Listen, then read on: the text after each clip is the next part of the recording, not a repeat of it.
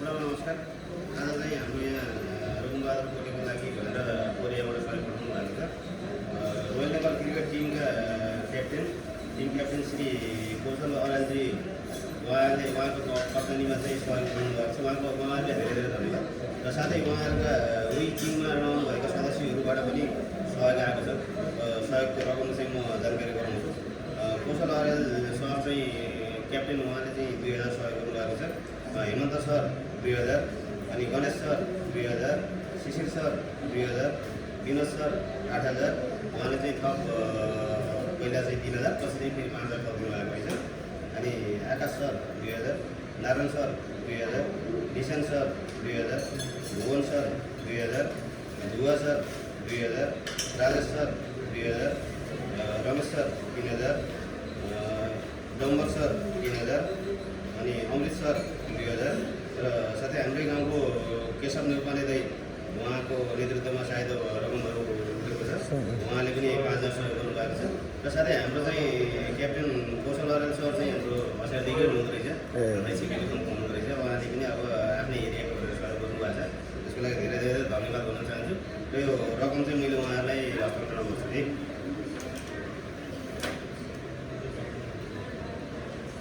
रकम चाहिँ उहाँको बुढीले हस्तान्तरण गर्छु।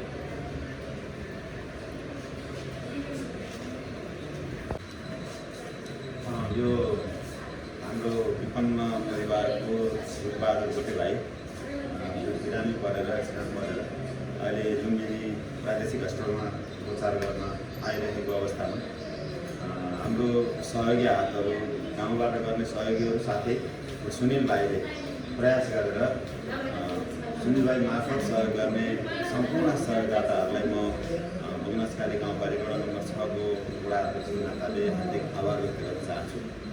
र विशेष गरेर अरू साथीहरूले पनि पठाउनु भएको छ। अहिले चाहिँ आज यो